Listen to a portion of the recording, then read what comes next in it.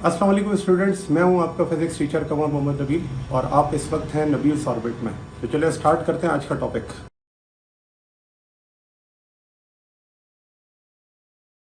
और उस रेजिस्टेंस के साथ ही फिर हम इंटरनल रेजिस्टेंस को भी क्या करेंगे, डिस्कस करेंगे। तो देखिए, रेजिस्टेंस के बारे में हम कहते हैं कि ये वो अपोजिशन है जो चार्ज को फ्लो होने नहीं देती।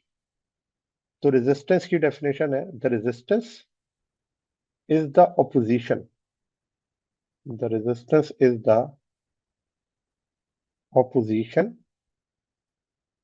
Opposition offered by, offered by a substance, by a substance to flow, to flow of charge carriers, flow of charge carriers. ठीक है, तो रेजिस्टेंस क्या है कि ये वो ऑपोजिशन है जो किसी भी सब्सटेंस में चार्ज कैरियर को फ्लो होने में अपोजिशन क्रिएट करती है, उसे हम क्या कहते हैं, रेजिस्टेंस कहते हैं। अब जैसे अगर हम बात करें कि जो मेटालिक सब्सटेंसेस हैं वो एक अच्छे जो है वो कंडक्टर है।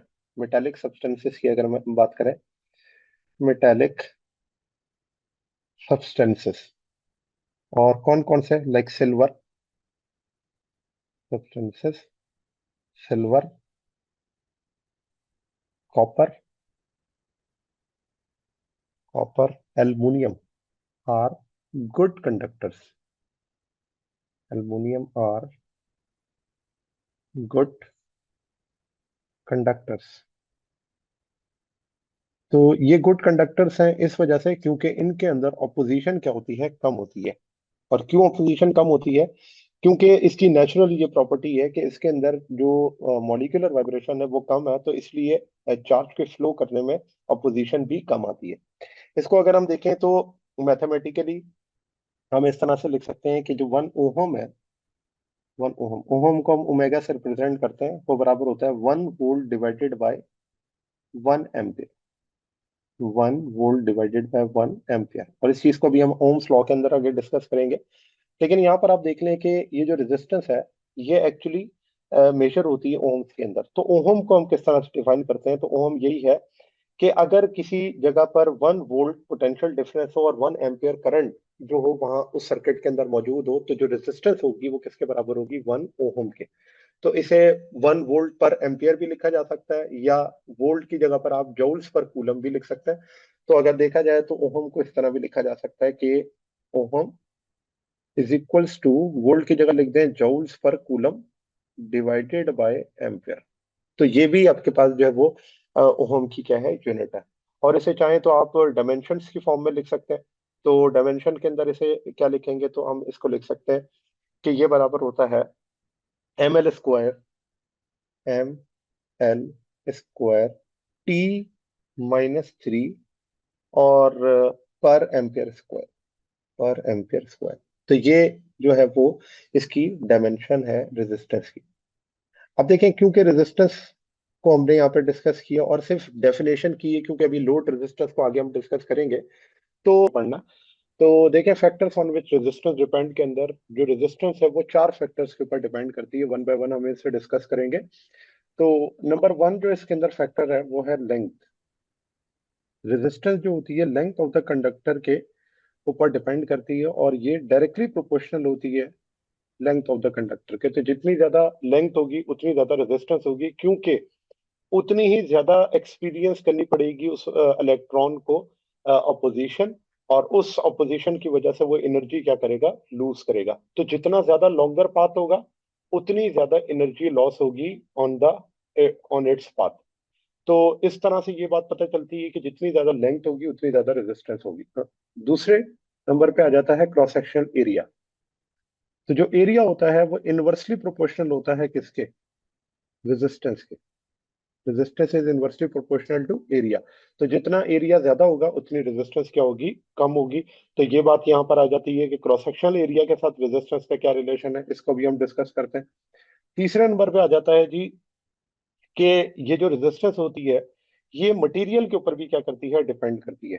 तो रेजिस्टेंस, नेचर ऑफ मटेरियल पे भी डिपेंड करती है, और इस चीज को हम आगे जाके रेजिस्टिविटी के तौर पर पढ़ेंगे। और fourth one is temperature. Resistance जो होता है वो टेम्परेचर के चेंज करने से भी चेंज हो जाता है। तो अगर हम देखें कि रेजिस्टेंस डायरेक्टली प्रोपोर्शनल है टेम्परेचर के for the case of metals, और इसी चीज को अगर हम सेमीकंडक्टर्स के लिए या इंसुलेटर के लिए देखें तो रेजिस्टेंस का इनवर्स रिलेशन है टेम्परेचर के साथ। Semiconductors and insulator, semiconductors and insulator, ठीक है। तो उसके लिए ये जो रेजिस्टेंस होगी इनवर्सली प्रोपोर्शनल होगी किसके, टेम्परेचर के। अब ये तो बात हो गई कि क्या क्या फैक्टर्स हैं। इनको अगर हम देखें, जो पहला और दूसरा फैक्टर है उसको अगर आप कंबाइन करें तो देखें इस तरह से लिखा जा सकता है कि सबसे पहले हमने पढ़ा रेजिस्टेंस डायरेक्टली प्रोपोर्शनल है लेंथ के। तो आप यहाँ पर देखें कि फॉर एग्जांपल मेरे पास एक वायर है जिसकी लेंथ इतनी है, ठीक है, इसे मैं कह देता हूँ ये है एल। फिर अगर लेंथ को हम क्या करें, चेंज कर दें, और अब लेंथ क्या कर दें इसके मुकाबले में डबल कर दें, तो जब लेंथ डबल हो जाएगी एल प्राइम 2L के बराबर हो जाएगा, तो जो रेजिस्टेंस है वो भी क्या हो जाएगी, चेंज। तो जैसा कि आपको नजर आ रहा है कि L prime is greater than L, तो R prime is greater than R. तो अगर एल पर रेजिस्टेंस है आर, तो एल प्राइम पर रेजिस्टेंस है 2R, या इसे हम आर प्राइम कह देते हैं। तो आप देखें कि लेंथ के बढ़ने से रेजिस्टेंस क्या हो गई, इंक्रीज हो गई। जबकि अगर यही रिलेशन हम एरिया के लिए बनाए तो वो है इनवर्स, और उसको मैं डायग्राम में किस तरह शो कर सकता हूँ कि अब लेंथ में चेंज नहीं कर रहा, तो मेरे पास जो है वो एरिया उतना ही है, लेकिन अब यहाँ पर क्या होगा, इस एरिया को मैं क्या कर देता हूँ, डबल कर देता हूँ। तो अब देखें लेंथ वही है और एरिया क्या हो गया, डबल हो गया। तो एरिया के डबल होने से रेजिस्टेंस क्या होगी, तो एरिया अगर हाफ हो जाएगा तो रेजिस्टेंस क्या हो जाएगी, डबल हो जाएगी, रेजिस्टेंस 2R। और रेजिस्ट एरिया अगर डबल हो जाएगा तो रेजिस्टेंस क्या हो जाएगी, हाफ। तो यहाँ पर जैसा कि आपको नजर आ रहा है कि एरिया डबल हो रहा है, तो रेजिस्टेंस क्या हो जाएगी, हाफ। तो मैं यहाँ पर लिख देता हूँ, if area is double then resistance is half. Area double होगा, रेजिस्टेंस क्या हो जाएगी, हाफ हो जाएगी। तो ये दो रिलेशन जब हम कंबाइन करते हैं तो ये आ जाता है R proportional to L upon A. और प्रोपोर्शनल का साइन हटता है तो आ जाता है कांस्टेंट, और वो कांस्टेंट है rho, rho L upon A. तो resistance is equals to rho L upon A, ये है आपके पास रेजिस्टेंस का फार्मूला, जिसमें ये जो रॉ है इसे हम कहते हैं रेजिस्टिविटी। जो रॉ है इसे क्या कहा जाता है, रेजिस्टिविटी कहा जाता है। तो इस चीज को अगर मैं यहाँ पे डिफाइन करूँ, क्योंकि रेजिस्टिविटी बड़ी इंपॉर्टेंट है इसके अंदर, इस चीज को डिस्कस करना, क्योंकि ये नेचर ऑफ मटेरियल को रिप्रेजेंट करती है। तो ये जो रॉ है ये कहलाती है रेजिस्टिविटी, रेजिस्टिविटी। और ये रेजिस्टिविटी को किस तरह से डिफाइन किया जाता है, तो इसको भी हम यहाँ पर लिख लेते हैं कि रेजिस्टिविटी क्या है, ये स्पेसिफिक रेजिस्टेंस है मटेरियल की। इसे मैं अगर डिफाइन करूं तो इस तरह लिखूंगा कि it is a specific specific resistance of specific resistance of a material, of a material which offer resistance on 1 meter length of material। या यूं कह सकते हैं it is a specific resistance of a material, या फिर इसको हम ये कहते हैं कि resistance per unit, per unit volume of a material, per unit volume of a material. तो एक यूनिट वॉल्यूम की जो रेजिस्टेंस होगी उस मटेरियल के अंदर, उसे हम क्या कहते हैं, रेजिस्टिविटी कहते हैं। अब यहाँ पर रेजिस्टिविटी को अगर देखें तो रेजिस्टिविटी किन चीजों पर डिपेंड करती है, तो इसके डिपेंडेंस के अंदर आ जाता है डिपेंडेंस। तो रेजिस्टिविटी डिपेंड करती है दो फैक्टर्स पर, डिपेंडेंस। तो वो दो फैक्टर कौन कौन से, तो पहला फैक्टर है nature of material, nature of material. तो ये नेचर ऑफ मटेरियल पे डिपेंड करता है, और दूसरा ये डिपेंड करता है temperature of the material, temperature of material. तो ये दो चीजें हैं जिनके ऊपर ये क्या करता है, डिपेंड करता है, रेजिस्टिविटी। और रेजिस्टिविटी को अगर मैथमेटिकली लिखें तो वो इस तरह से लिख सकते हैं, rho is equals to r a divided by l. और ये फार्मूला मैंने कैसे बनाया, ऊपर जो रेजिस्टेंस का फार्मूला था वहीं से। अब इसकी यूनिट क्या हो जाएगी, तो देखें यूनिट में रेजिस्टेंस की जगह आ जाएगा ओहम, एरिया की जगह आ जाएगा मीटर स्क्वायर, और लेंथ की जगह आ जाएगा मीटर। तो ये जब कैंसिल करेंगे तो आंसर आ जाएगा ओहम मीटर। ठीक है, तो ओहम मीटर क्या है, यूनिट है रेजिस्टिविटी की। और इसे आप चाहें तो एसआई बेस यूनिट के अंदर भी लिख सकते हैं, और इसकी जो डायमेंशन है उसे भी आप लिख सकते हैं। ठीक है, फिर नेक्स्ट इसके अंदर आ जाता है कि रेजिस्टेंस और कंडक्टेंस के अंदर क्या फर्क है। तो देखिए, रेजिस्टेंस और कंडक्टेंस दोनों एक दूसरे के क्या होते हैं, रेसिप्रोकल। जब मैं रेजिस्टेंस की बात करता हूं तो मैं लिखता हूं कि ये एक ऑपोजिशन है, opposition offered by, offered by molecular vibration, molecular vibration to the flow of charge, to the flow of charge.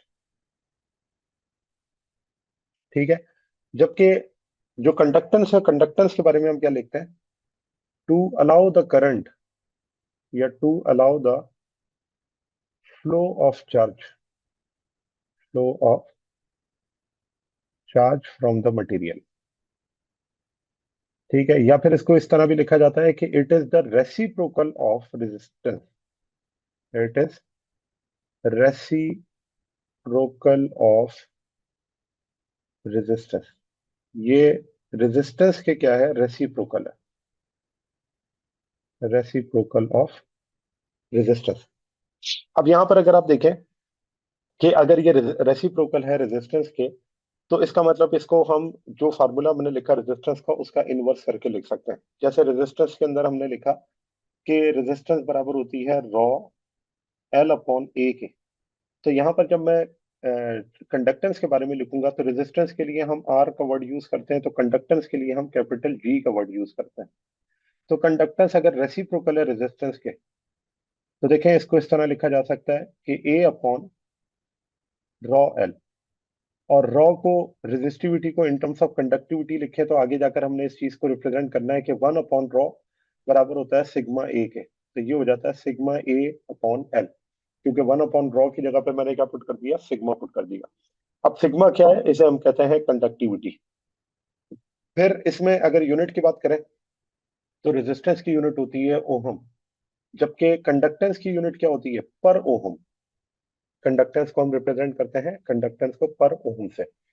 फिर रेजिस्टिविटी और कंडक्टिविटी में क्या फर्क है, अगेन वही है कि रेजिस्टिविटी जो है ऑपोजिशन है, ऑपोजिशन ऑफर्ड, या opposition per unit volume, per unit volume of a material, of a material.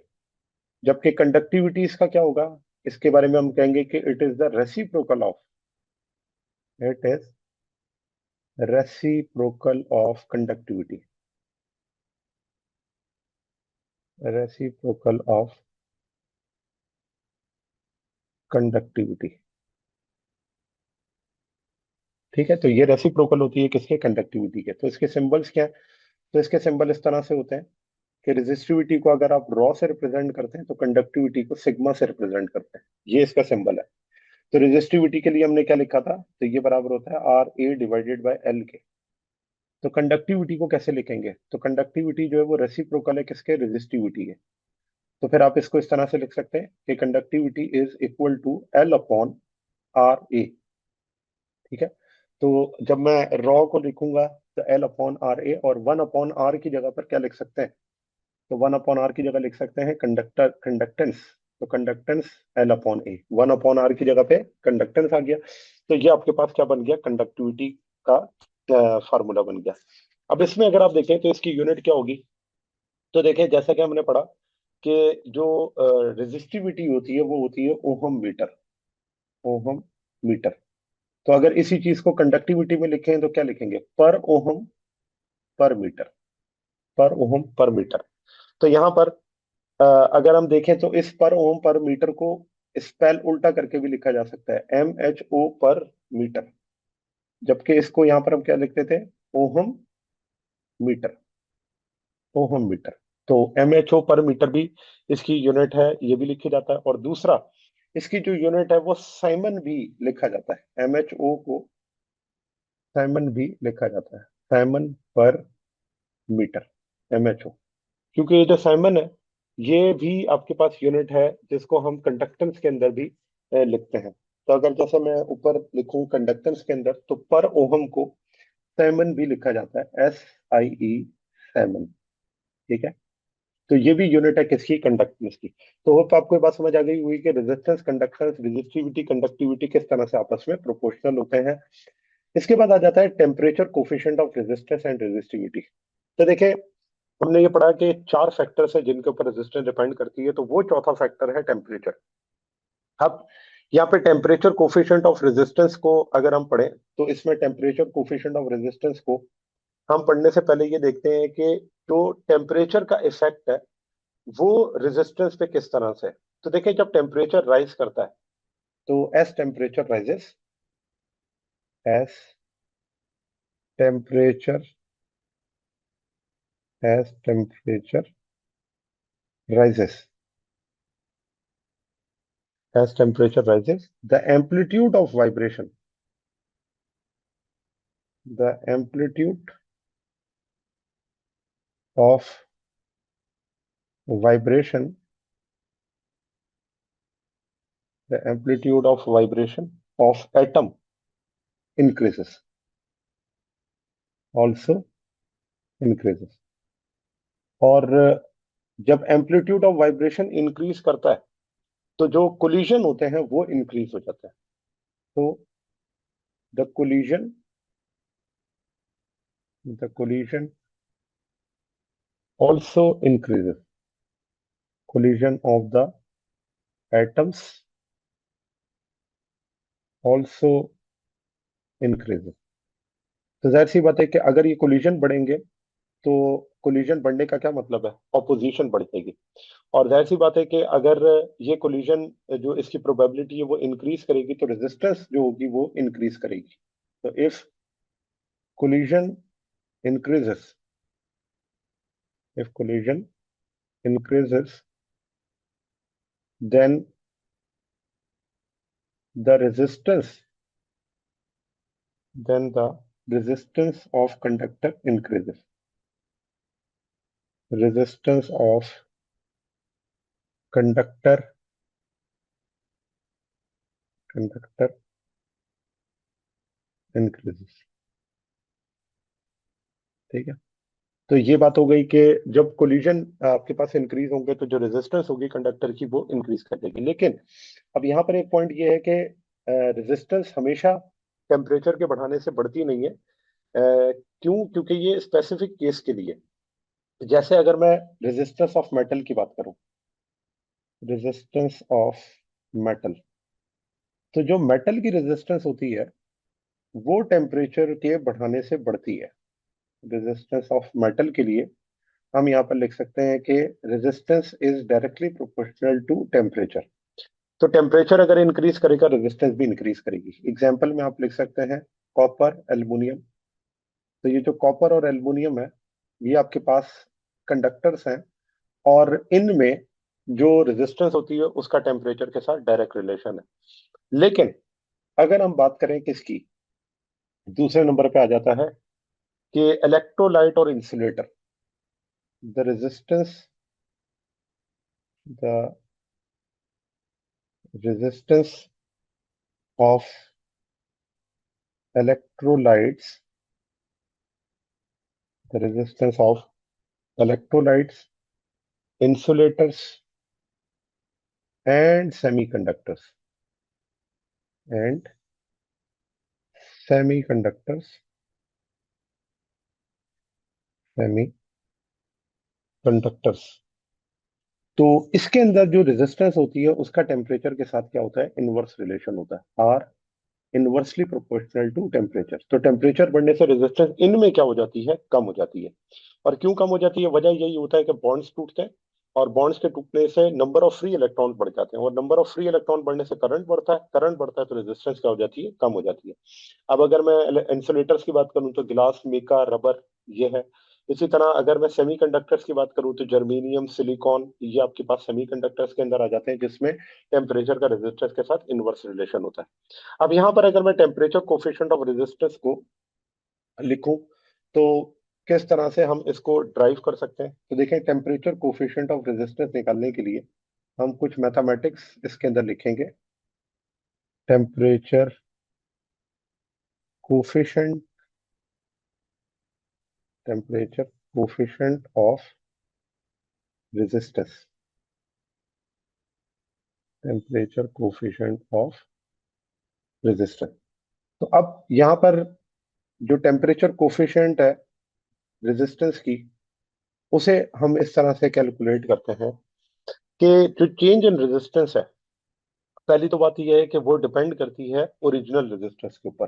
तो जितनी ज्यादा ओरिजिनल रेजिस्टेंस होगी उस मटेरियल की, उतनी ज्यादा उसके अंदर चेंज आएगा। ठीक है, पहली बात यह है। दूसरा, चेंज इन रेजिस्टेंस जो होती है, इस चीज को मैं यहाँ पर पॉइंट वाइज लिखता हूँ।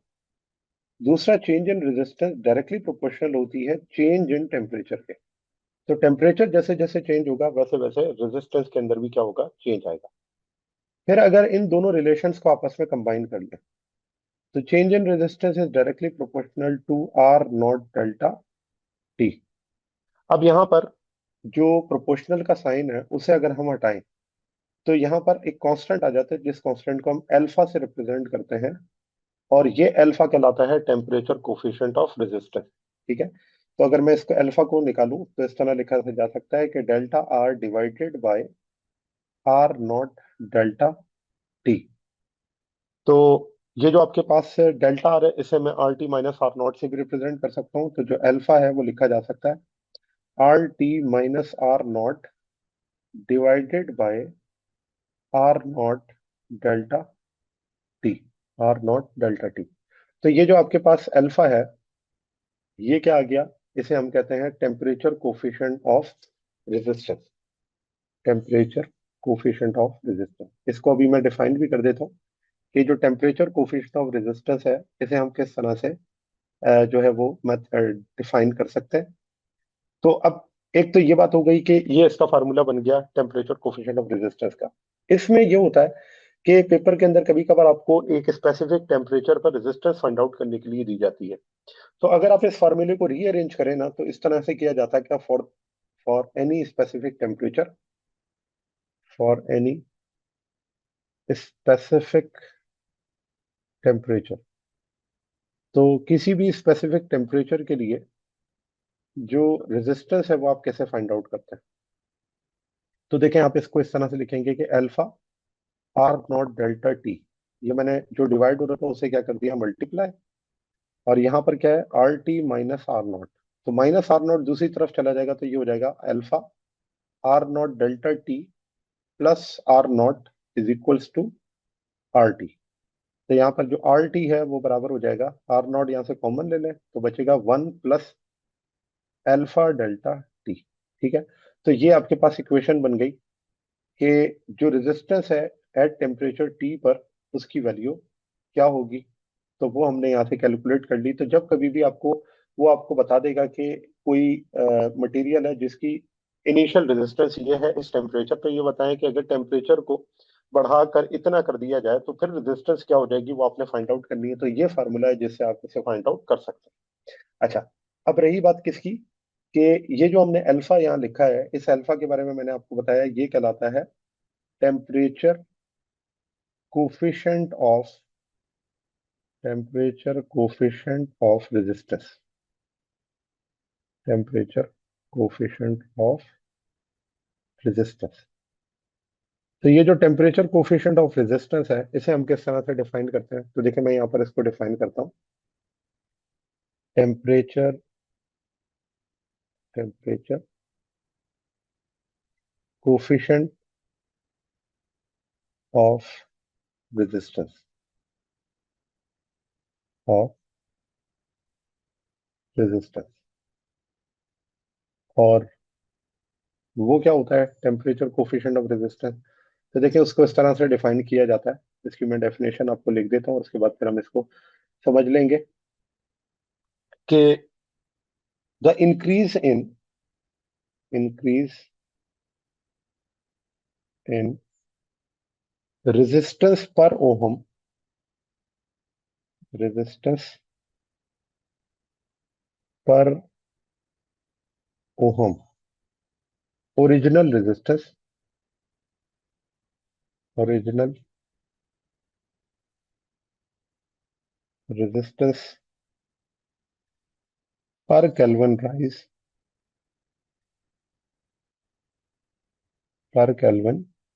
राइज इन टेम्परेचर पर kelvin rise in temperature.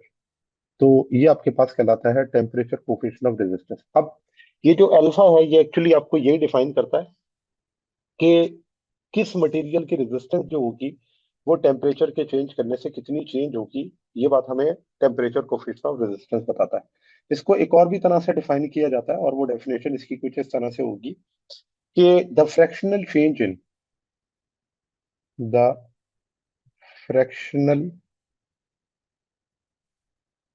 Change in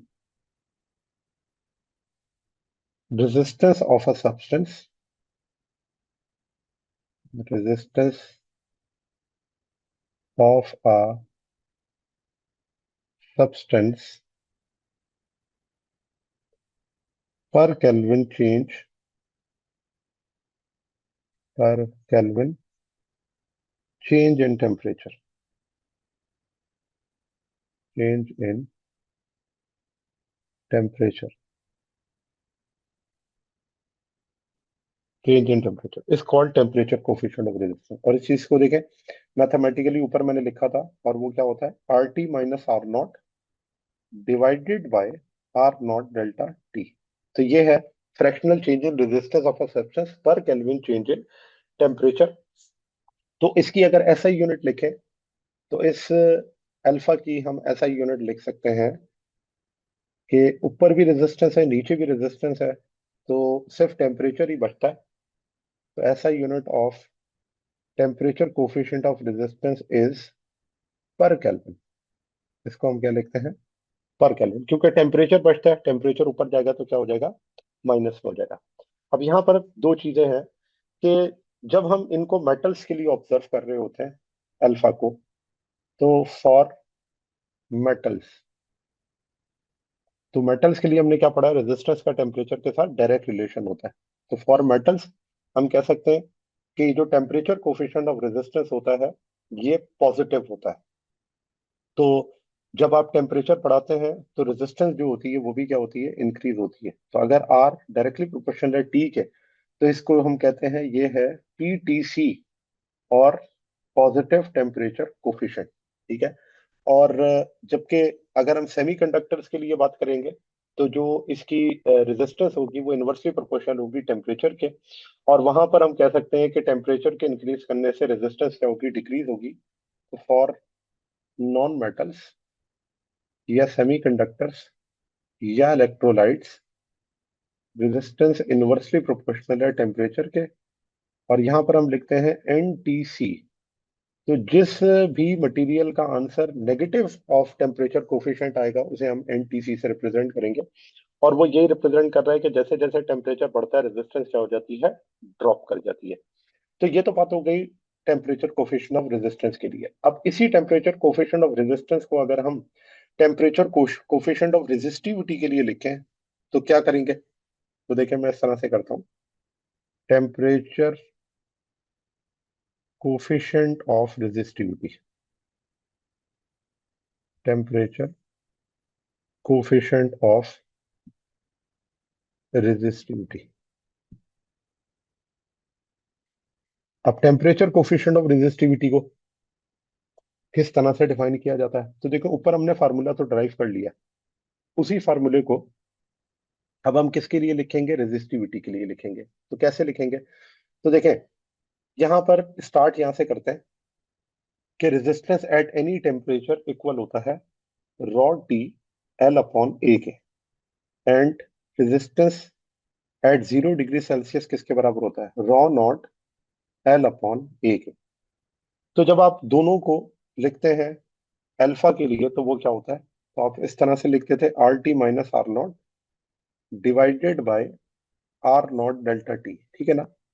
तो यहां पर जब मैं आर टी और आर नॉट दोनों के अंदर ये फार्मूला पुट करूंगा तो ये इस तरह से लिखा जाएगा कि rho T L upon A minus rho naught L upon A divided by rho naught L upon A, और ये हो जाएगा डेल्टा टी। अब आप देखें कि एल अपॉन ए से कैंसिल हो जाएगा, तो यहाँ पर इक्वेशन बन जाएगी raw T minus rho naught divided by rho naught delta T, और एल अपॉन ए इसका भी क्या आ जाता है बाहर।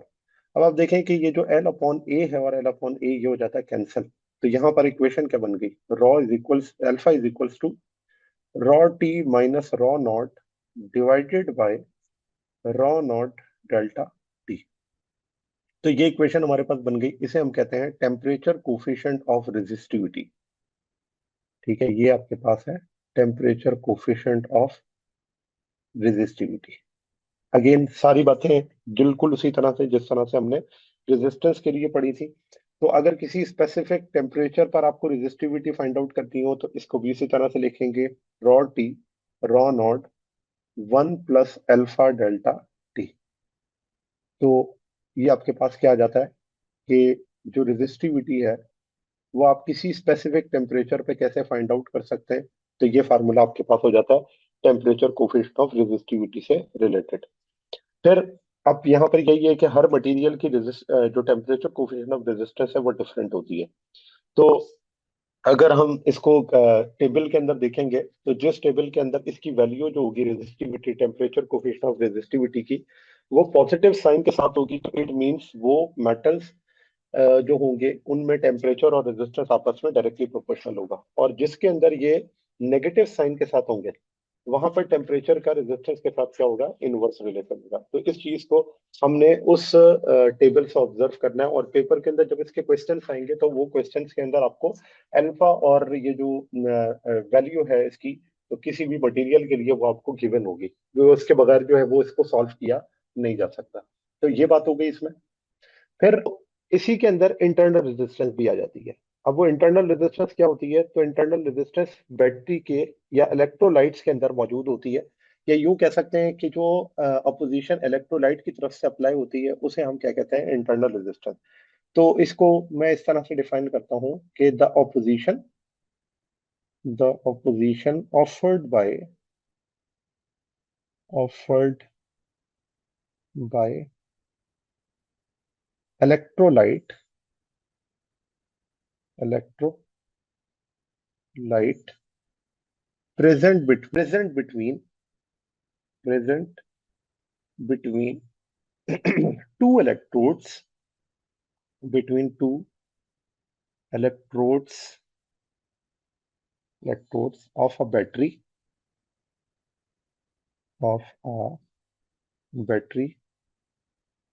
to flow of ion to the flow of ions is called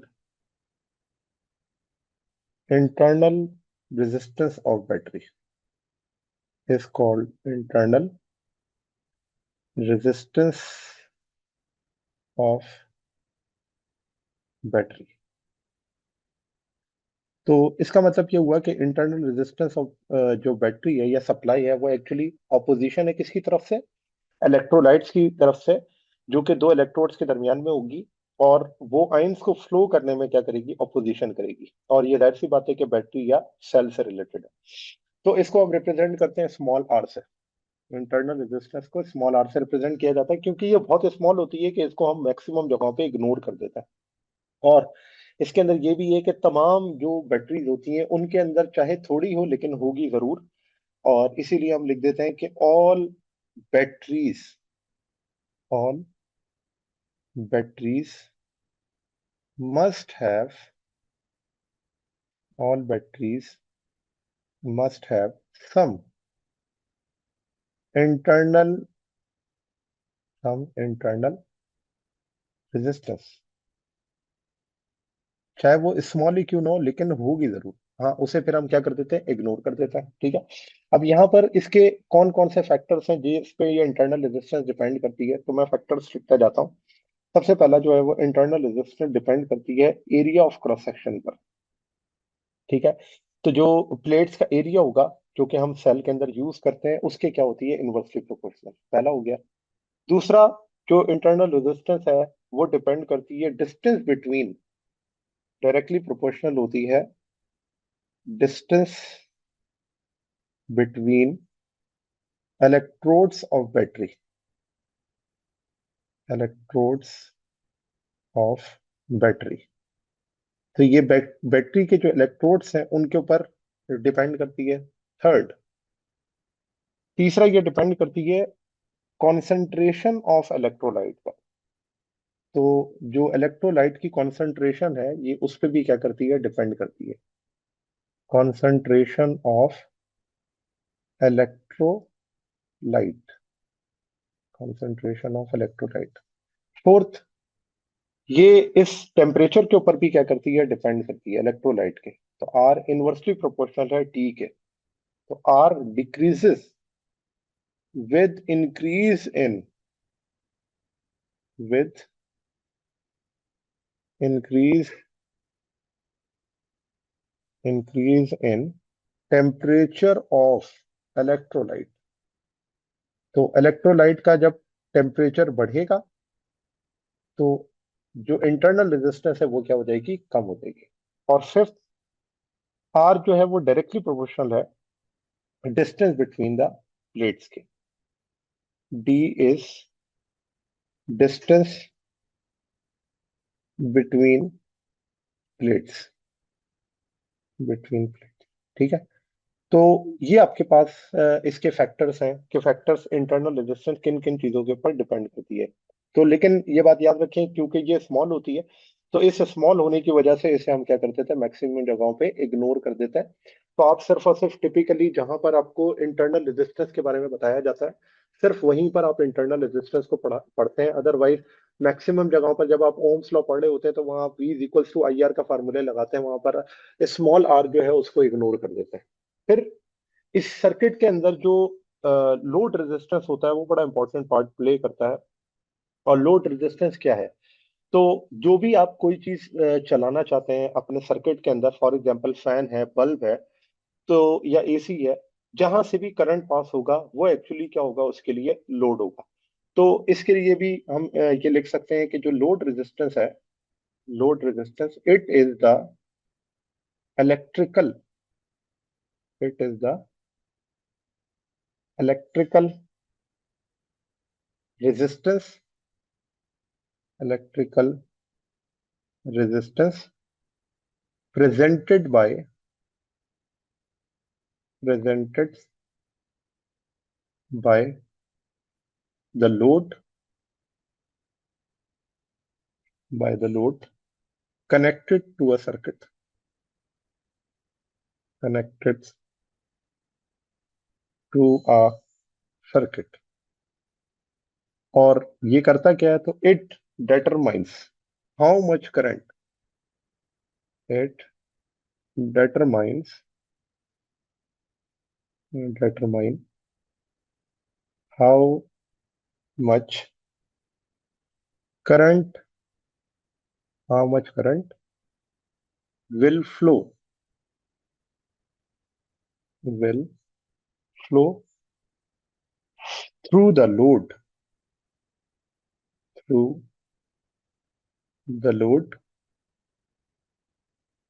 from a given voltage या for a given voltage, for a given voltage। तो जो लोड रेजिस्टेंस है वो आपको ये बताता है कि कितना करंट जो है उस वोल्टेज की वजह से इसके अंदर से पास होगा।